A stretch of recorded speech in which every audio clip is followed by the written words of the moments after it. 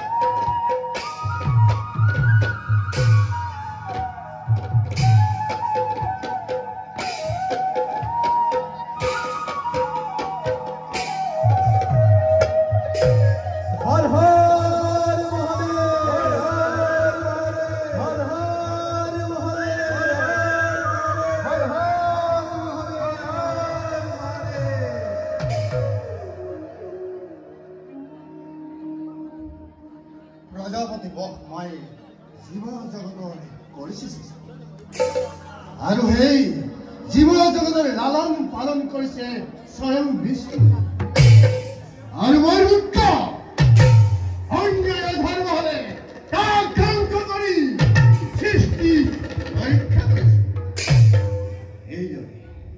এইদৰে আমি তিনিওৱে জগতখনক ৰক্ষা কৰি আহিছোঁ। যাওঁ এবে ব্ৰহ্মা আৰু বিষ্ণুৰ লগত সৃষ্টি ৰক্ষাৰ হেতু আলোচনাত বহোগৈ।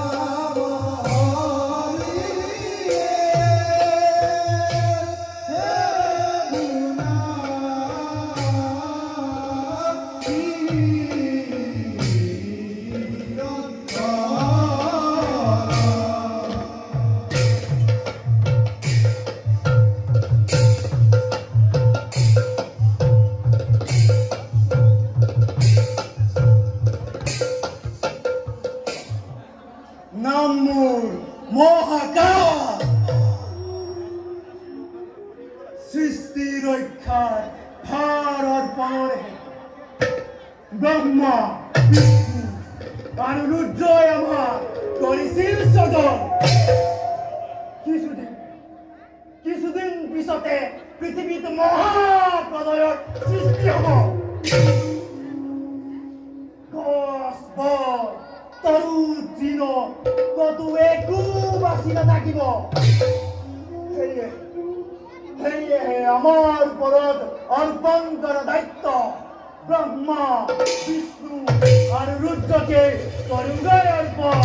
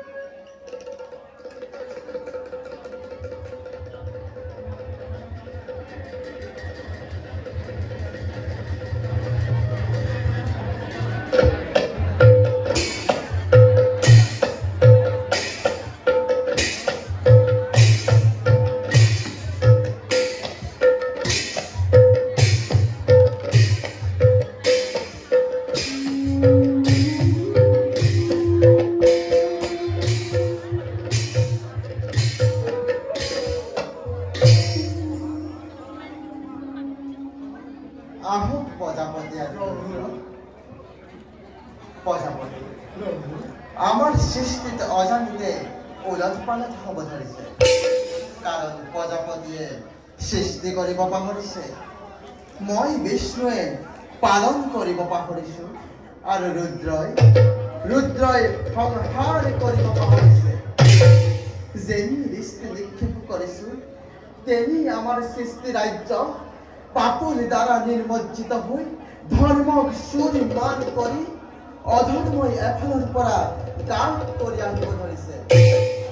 ইয়াৰে কাৰণ বিচাৰি পাইছেনে আপোনালোকে? প্ৰভু, আমি যুগৰ শেষ কল্পত ধৰি দিছো। যুগৰ এনে পৰিৱৰ্তনে পৃথিৱীত নানা অপায় অমংগল অধৰ্ম বিনাশ কৰে। তাত বাধা দিবৰ কাৰ প্ৰয়োজনীয় প্ৰভু?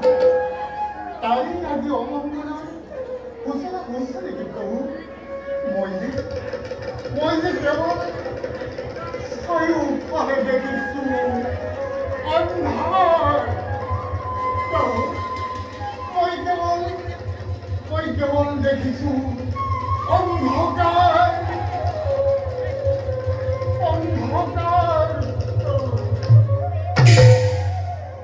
এটা গল্প শেষ হোৱাৰ লগে লগে আন এটা গল্প আৰম্ভ হয়।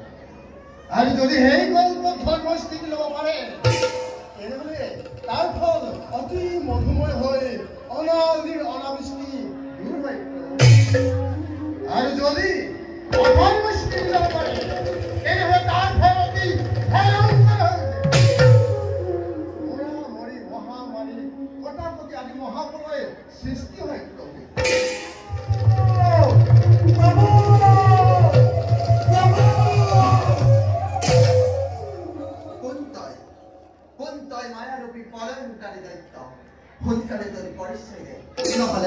নহলে সুদৰ্শন উপহাৰ কৰি তোৰ মন্দ ছেদন কৰে। মংগল পৰিচয় দে, নহলে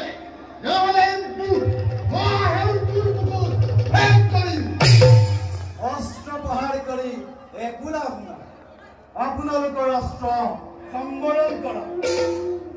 মই আপোনালোকৰে মানৱ পুত্ৰ মহাকাশ। মনত পৰা নাই নহয়? মনত পেলাও, মোক আপোনালোকে সৃষ্টি ৰক্ষাত ভাৰ দিছে। মনত পৰিছে, কিন্তু আকস্মিক আবিৰ্ভাৱ হোৱাৰ কাৰণ কি মহাকাল? পৃথিৱীৰ ৰক্ষাৰ ভাৰ আমাৰ ওপৰতে দিয়া হৈছে। এতিয়া সেই দায়িত্ব পালন কৰিবলৈ আমি অপাৰগ। তাৰ কাৰণ পৃথিৱীৰ অন্যায় অধৰ্ম অত্যাচাৰ অবিচাৰ দূৰ সীমাত উপনীত হৈছে। ধৰ্মৰ নাম গোন্ধ একো নোহোৱা হৈছে। এফালৰ পৰা অধৰ্মই ডাক কৰি আহিব ধৰিছে। ধৰ্মই থিতাপি ল'বকে নোৱাৰা। মই আৰু চাই থাকিব নোৱাৰা হৈছো প্ৰভু। তাৰ উপায় কি মহাকাল? তাৰ উপায় এতিয়া ভয়ংকৰ হৈ উঠিব। পৃথিৱীটো মহাপ্ৰলয়ৰ সূচনা হয়। মহাসাগৰৰ পানীয়ে পৃথিৱী তল নিয়াব।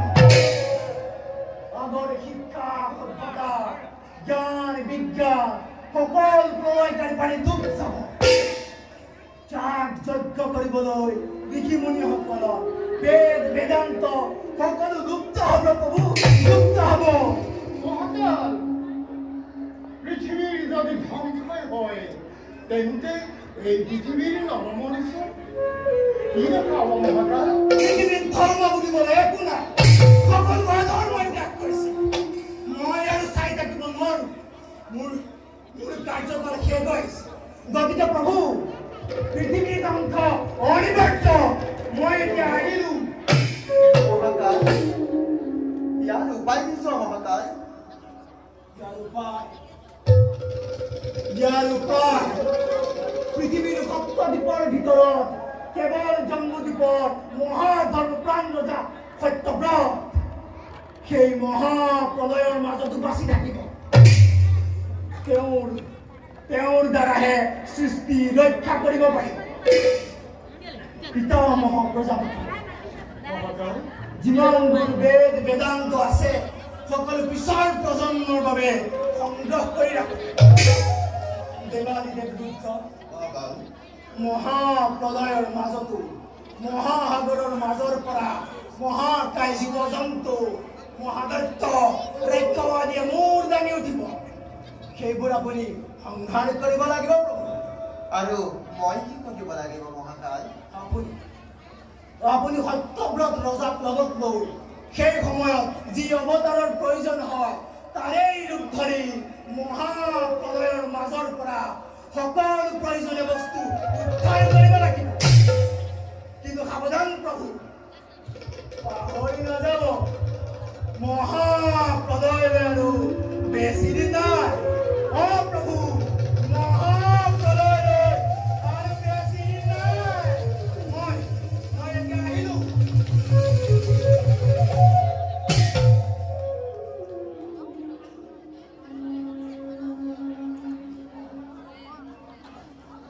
প্ৰভু আমি সৃষ্টি কৰ্মৰ বাবে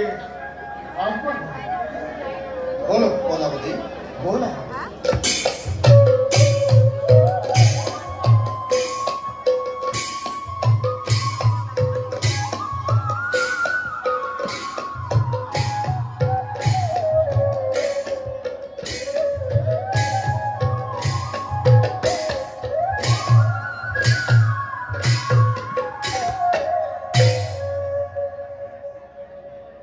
মহাপ্ৰলয় চাৰিওফালে কেৱল পানী পানী এই মহাপ্ৰলয়ৰ সময়ত কি অৱতাৰৰ প্ৰয়োজন হ'ব আমি তাক ভাবি পোৱা নাই হোৱা দেৱৰীখী নাৰদে এইফালে আহিব ধৰিছে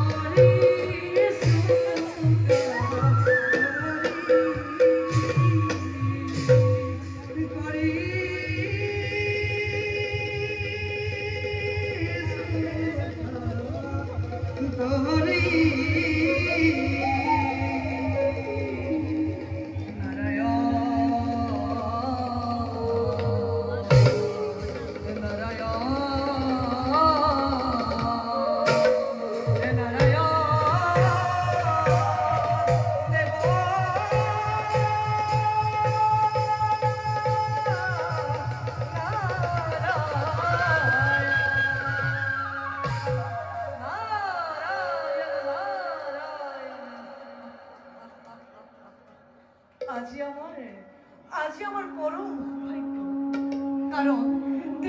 পতি আজি মহাখ্যাতে পাদদৰ্শন হে বিশ্ব সুন্দৰ গৰাকী হে প্ৰভু কমল লোচন এই নিক্ষিত নাৰদৰ শত সহস্ৰ কোটি প্ৰণিপাত কৰিব গ্ৰহণ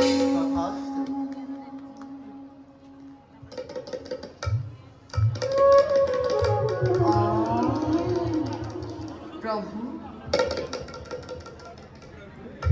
প্ৰভু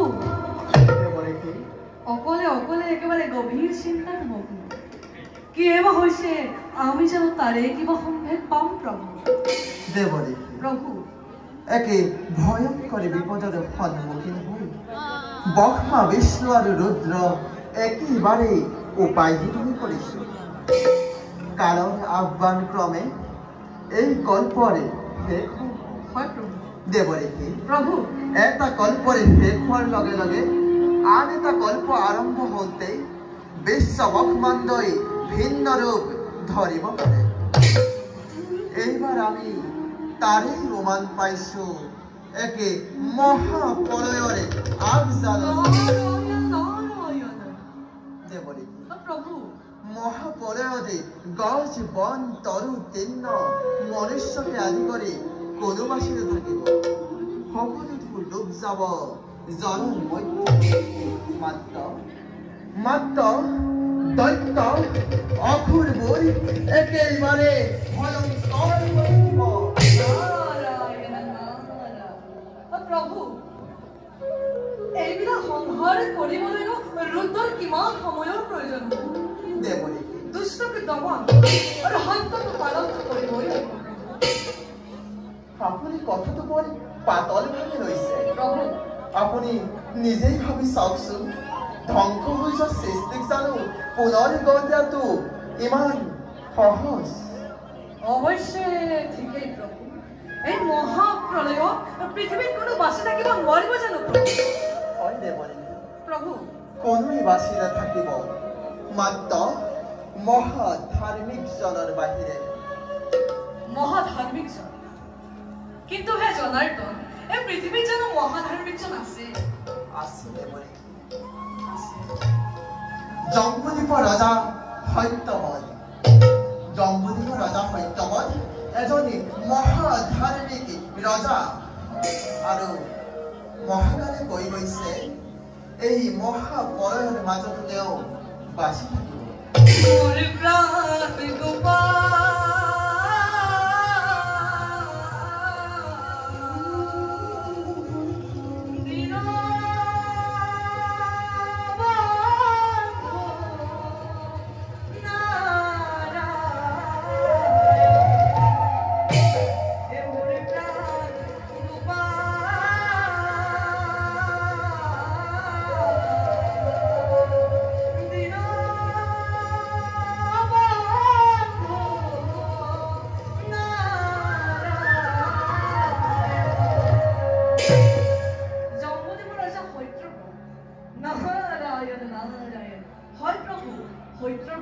মহাধাৰ্মিক ৰজা প্ৰভু তেওঁৰ দ্বাৰাই পুনৰ সৃষ্টি ৰক্ষা কৰিব পাৰিব প্ৰভু কেনেকৈ দেৱৰী প্ৰভু মহাপ্ৰলয় আৰম্ভ হোৱাৰ আগতে প্ৰয়োজনীয় সকলো বস্তু সংগ্ৰহ কৰি ৰাখিবলৈ সত্যৱতক কওঁ যাতে জীৱ জন্তুবিলাকৰ ধ্বংস নহয় তাৰ পুনৰ ব্যৱস্থা কৰিলে এই বিৰঞ্জৰ সৃষ্টি ৰক্ষা কৰিব পাৰিব প্ৰভু মই তাকেই পৰিকল্পনা কৰিছো সময়ত ব্যৱহাৰ কৰিব লাগিব আৰু দেৱৰী আপুনি মাজে সময়ে আহি এনেদৰে বুদ্ধি ভৰসা দি থাকিব নাপাহৰিব এতিয়া যাওক দেৱৰী এই বাৰ্তা নৰ সমাজত প্ৰেৰণ কৰক প্ৰভুৰ লীলা সদায় সমভাগী হৈ যাবই নিক্ষিত নাৰদ বাৰু প্ৰভু তব চৰণত পুনশ্চবাৰ প্ৰণিপাত জনাই দাসে বিদায় মাগিলো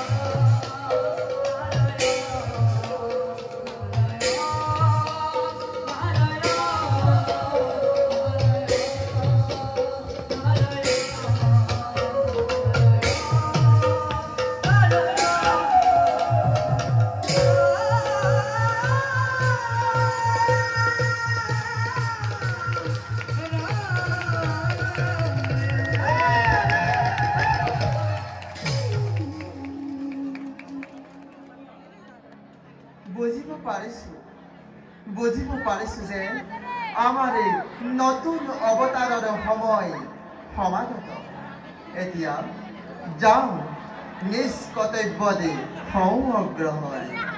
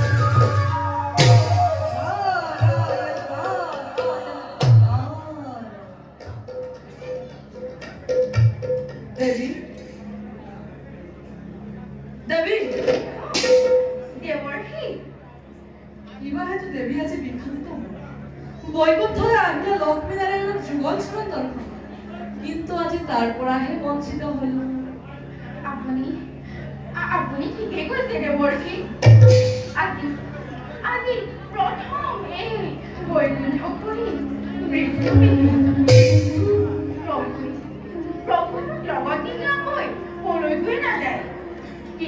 দেৱৰ্ষী আজি তাৰ ব্যতিক্ৰম ঘটিলে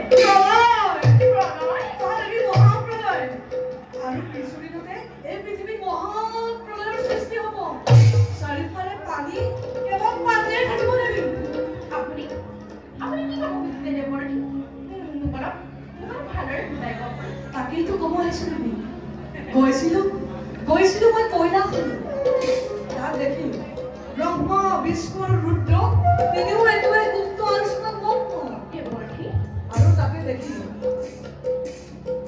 আৰু তাতে দেখিলোঁ ব্ৰহ্মাৰ কন্যা সৰস্বতী ৰুদ্ৰৰ ভাইজা পাৰ্বতীও সেই আলোচনাত ভাগ লৈছে নেকি মই আকৌ তোমাক নেদেখিহে একেবাৰে আচৰিত হৈ গ'লো আৰু এই মহাপ্ৰলয় কোনে কি দায়িত্ব পালন কৰিব সকলো ভাগৱতৰ কৰি শেষেই কৰিব লাগে মই আকৌ মনতে ভাবিলোঁ প্ৰভু বিষ্ণুৱে কিয় তোমাক লগত আনিলে এই কথা সঁচানে দেৱৰ্ষী সঁচা মিছা দেখিবা নহয় মই গৈ পোৱাৰ লগে লগে গোলাঘাটে তোমাকে আহিছে বুলি ঠিকেই কৰিলে সেইবাবে দেৱী মহিলাক এখনতে কৰিব লাগিলোঁ কোনে আহিয়ে গৈ থাকিব পালোঁ পৃথিৱীত মহাপ্ৰলয়ৰ সৃষ্টি হ'ব পৃথিৱীত ধ্বংস হ'ব আৰু তাৰ গোপন আলোচনা কৰিছে অথচ মই গম নাপাওঁ সেই গোপন আলোচনাত যদি শিৱৰ ভাৰ্যা পাৰ্বতী আৰু ব্ৰহ্মাৰ কন্যা সৰস্বতী থাকিব পাৰে তেনেহ'লে দেৱৰ্ষী মই কিয় নাৰায়ণৰ অৱতাৰিত হ'লো দেৱৰ্ষী মই কি দেৱৰ পত্নী নহয় হয় নেকি দেৱৰ্ষী কওক দেৱৰ্ষী এতিয়া মোৰ কৰ্তব্য কি মই নিগতভাৱে অপমানিত হ'লো দেৱৰ্ষী তাতোকৈ ডাঙৰ কথাটো কি জানা নাই তাতোকৈ ডাঙৰ কথা তুমি নাজানাই কওকচোন দেৱৰ্ষী এই পৃথিৱীত যিমানবোৰ বেদ শাস্ত্ৰ আছে সকলোবোৰ সংগ্ৰহ কৰি গুপ্তকৈ ৰাখিব দায়িত্ব হৈছে দেৱৰ্ষী তোমাৰ হয় দেৱৰ্ষী সঁচা হয় দেৱৰ্ষী সঁচা হয় দেৱৰ্ষী কিন্তু বিশ্বাস ব্ৰহ্মাৰ কন্যা সৰস্বতী আৰু এই পৃথিৱীত যিমানবোৰ জীৱ জন্তু আছে সেইবোৰ দায়িত্ব কাক দিছে জানা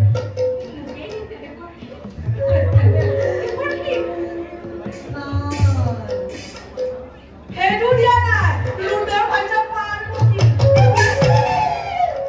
মাজত কি আনন্দ তুমি ভগৱানে তুমি সেই একবাৰ ভাবিব পাৰিলা নেকি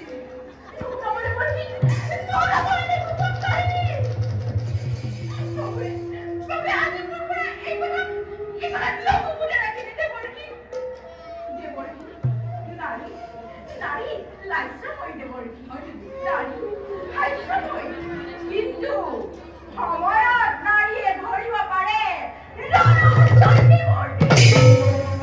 দেৱী কেৱল বিষ্ণুক তোমাক প্ৰত্যাখ্যান কৰি গোপিতা নতুন সৃষ্টিৰ পাতনি মেলিব খুজিছে নেকি সেই সৃষ্টিৰ পাতনি মই নিমিষতে ভাবিছে তেওঁৰ লক্ষ্মীৰ অবিহনে নতুন সৃষ্টি পাতনি মেলিব পাৰিব নাই দেৱৰ্ষী দেৱী বিষ্ণুৱে বুজিব এই লক্ষ্মীক অৱহেলা কৰাৰ পৰিণাম কিমান ভয়ংকৰ হ'ব পাৰে চাই থাকিব দেৱৰ্ষী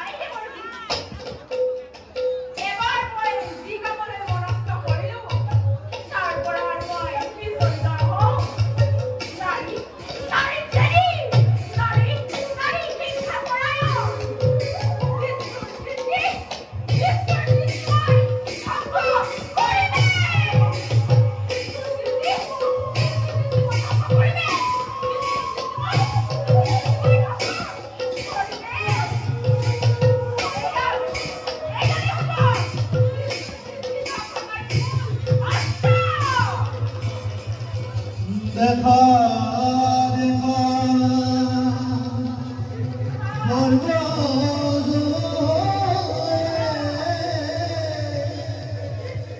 মিশরীনা তুঝে লম্বিদয় কবা সজন লীলা তুঝে লক্ষ্মী নয় কবা সজন লীলা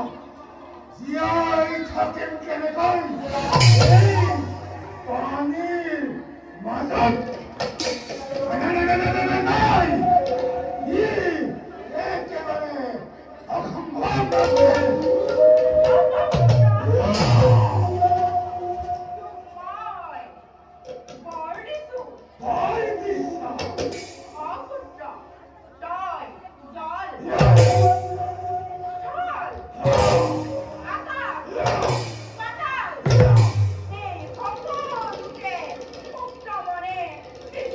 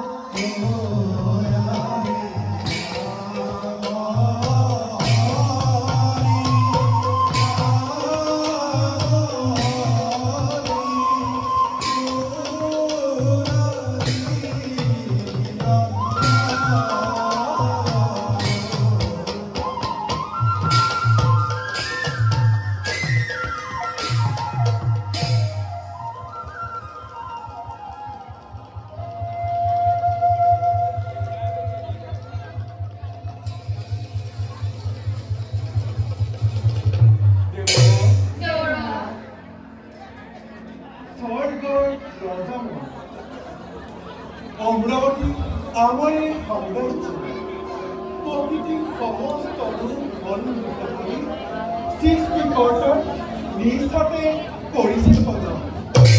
কি কোৱা সময় মণ্ডলী? এই অমৰাৱতী নহয় জানো দেৱতাৰ আপোন সম্পদ? কিন্তু এই মাত্ৰ দেৱকী নাৰদে বাৰ্তা দি গ'ল আৰু কিছু দিনৰ পিছত এই পৃথিৱীত মহাভয়ংকৰ মহাপ্ৰলয় আৰম্ভ হ'ব। হয় দেৱগণ, মহাপ্ৰলয়। এই মহাপ্ৰলয় জীৱ জন্তু তৰু তৃণ মনুষ্যকে আদি কৰি একোৱে যেন থাকিব। এই সকলোবিলাক ডুব যাব সেই জলৰ মধ্যত। তেতিয়া ৰক্ষ যক্ষ দানৱবিলাকে ইহঁতি শৈশৱৰ স্বৰ্গৰাজ্য আক্ৰমণ কৰিব পাৰিব। তেতিয়া তাৰ উপায় কি হ'ব দেৱগণ? দেৱৰাজ, তাৰ বাবে চিন্তা নাই প্ৰয়োজন। এই প্ৰবণে মহাপ্ৰলয়ৰ মূৰ্তি ধাৰণ কৰি যেতিয়াই দৈত্য দানৱগণৰ ওপৰত ধুমুহা বগাব, আকাশ পাতালৰ ওপৰত বজ্ৰপাত হ'ব, তেতিয়াই দৈত্য দানৱগণৰ যুদ্ধ দিয়াৰ শক্তি নহ'ব। পিছে দেৱৰাজ, এই মহাপ্ৰলয়ৰ সময়ত আমি দেৱগণ নিশ্চয় মনুষ্যৰ পূজামূলৰ পৰা বঞ্চিত হ'ব লাগিব। দেৱৰাজ, তেতিয়াহ'লে দেৱতাসকলে মনুষ্যৰ পূজা পাতলৰ পৰা বঞ্চিত হ'ব। দেৱতাবিলাকক পূজা পাতল কোনে দিব? ইয়াৰ ব্যৱস্থা কি হ'ব দেৱৰাজ? মনুষ্যৰ পৰা পূজা পাতল নোপোৱাটো আমাৰ এই দুৰ্ভাগ্য কথা। যদি এই পৃথিৱীত পূজা পাতল যাগ যজ্ঞ আদি নচলে, তেন্তে সমগ্ৰ পৃথিৱীত অধৰ্মই চালি যাব।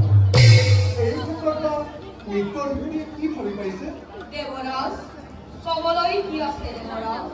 মোৰ নামত পূজা পাতল একোৱেই নাই। মোৰ কাম জমনগৰৰ পাপীক শাস্তি প্ৰদান কৰা। মহাপ্ৰলয়ত সকলোৰে মৃত্যু হোৱাৰ লগে লগে মোৰ জমনগৰতো মৃত আত্মাৰে ভৰি পৰিব। ধাৰ্মিক অধাৰ্মিক বিলাক বাছি উলিয়াই শাস্তি প্ৰদান কৰাই মোৰ কাম। এতিয়া দেখিছো সেইবিলাক ৰাখিবৰ কাৰণে মই আৰু এখন জমনগৰ নিৰ্মাণ কৰিব লাগিব। আপোনাৰতো তাতেই শান্তি আছে। দৈত্য দানৱগণে আপোনাৰ কাষে চলিব নোৱাৰে।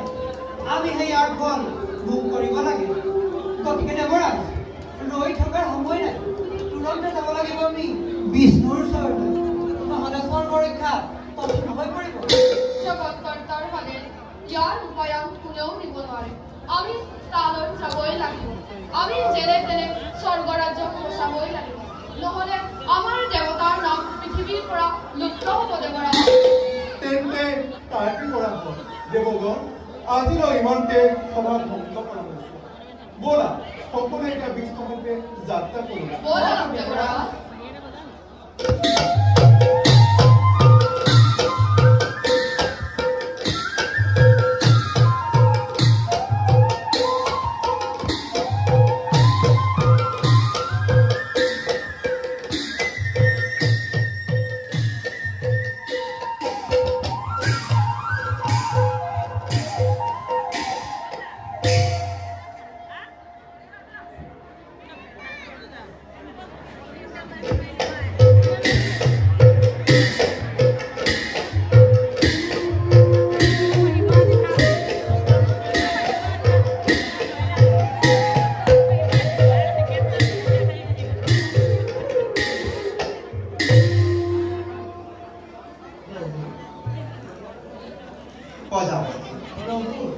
আপোনাৰ কাম কিমান দিন আগবাঢ়িছে?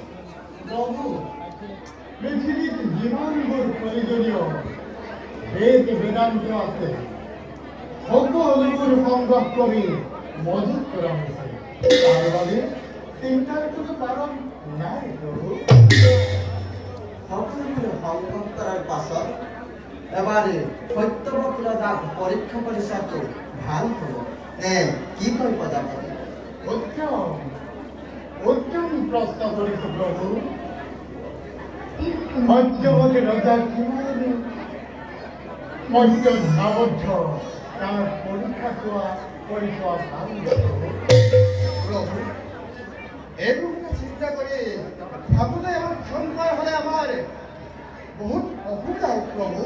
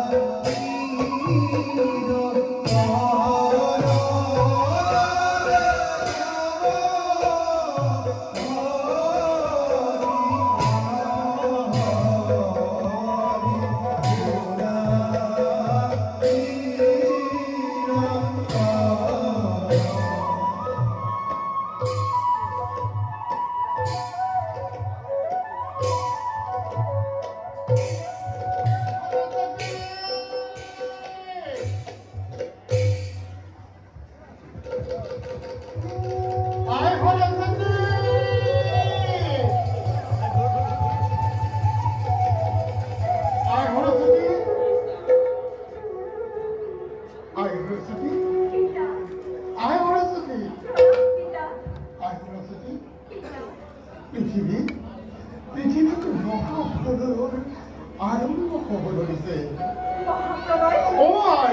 পৃথিৱীটো মহাপ্ৰলয়ৰ আৰম্ভ হ'ব ধৰিছে।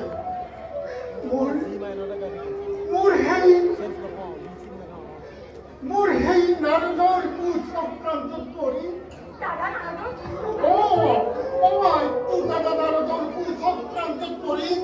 লক্ষ্মী দেৱীয়ে এটা প্ৰকাণ্ড দৈত্য সৃষ্টি কৰিছে। প্ৰকাণ্ড দৈত্য সৃষ্টি কৰিছে। সি এতিয়া গোটেই পৃথিৱীত তলৰ ওপৰ কৰি কৰিছে। আৰু সেই দৈত্যলৈ তোক বিয়া দিম বুলি লক্ষ্মীয়ে সেই দৈত্যৰ আগত প্ৰতিজ্ঞা কৰিছে। প্ৰতিজ্ঞা কৰিছে। আৰু সি এতিয়া বিচাৰি চাৰিওফালে চলাচ কৰিছে। তই ইয়াত এখন দেখোন নৰবি তই ইয়াত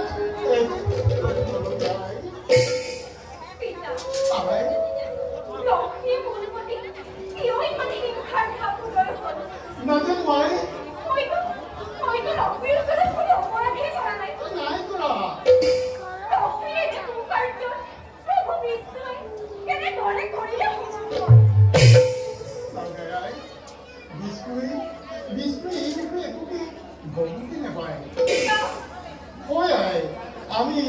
আমি তিনিওজনে মহাপ্ৰলয়ৰ বিষয়ে গোপনীয় আলোচনা কৰি আছিলোঁ।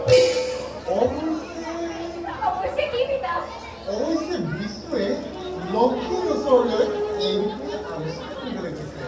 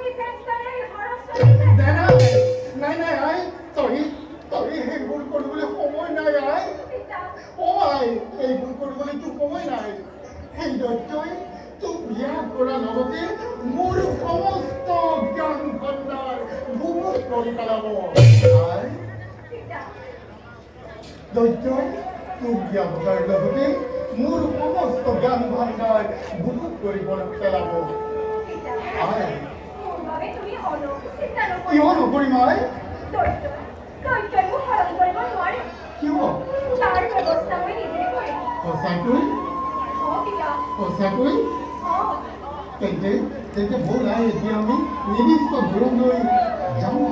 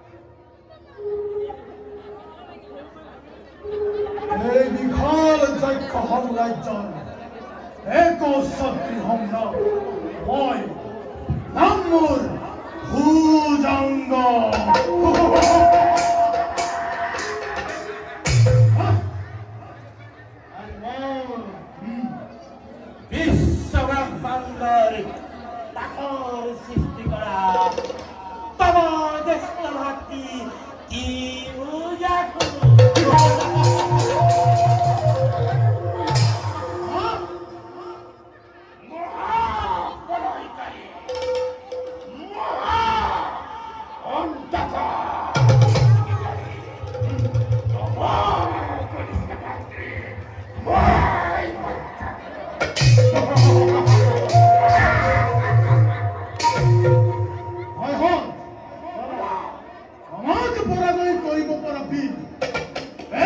ব্ৰহ্মাণ্ডত এতিয়াও জন্ম হোৱা নাই দেৱতা স্বৰ্গৰ দেৱতা আৰু পৃথিৱীৰ মনুষ্যই আজি আমাৰ ভয়তে কৰিছে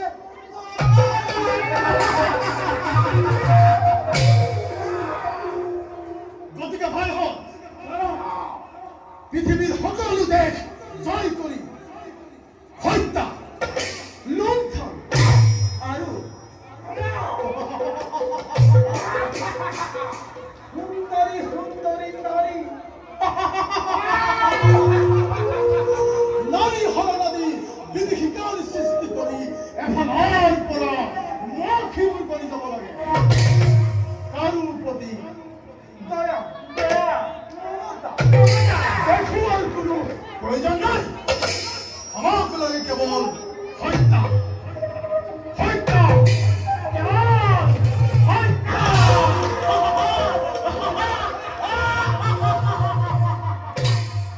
তাৰ কাৰণে কোনো চিন্তা নাই দাদা ইতিমধ্যে সকলো ৰাজ্যৰ দাসক বন্দী কৰি সেই দেশৰ ভূল ভূল সকলো লুটিওৱা হৈছে দাদা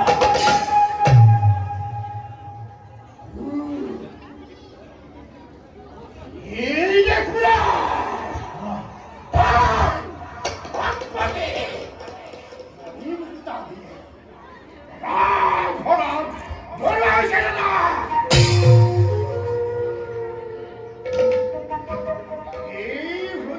সুন্দৰী নাৰী বিলাকৰ সীমা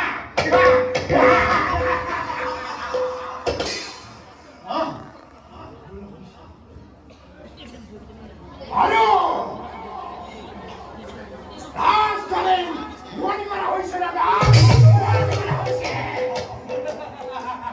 ধন্য ধন্য বীৰ ভাতৃমূল তোমালোকৰ বীৰত্বৰ তুলনা নাই এবাৰ উচ্চস্বৰে পৰাজয় ধৰি স্বৰ্গ মধ্য পাতাল উঠক উঠলি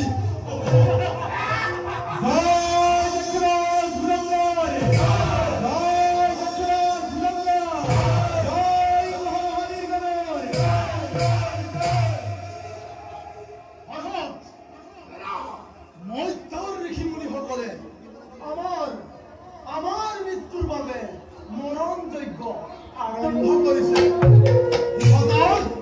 ইহঁতৰ ইমান অহংকাৰ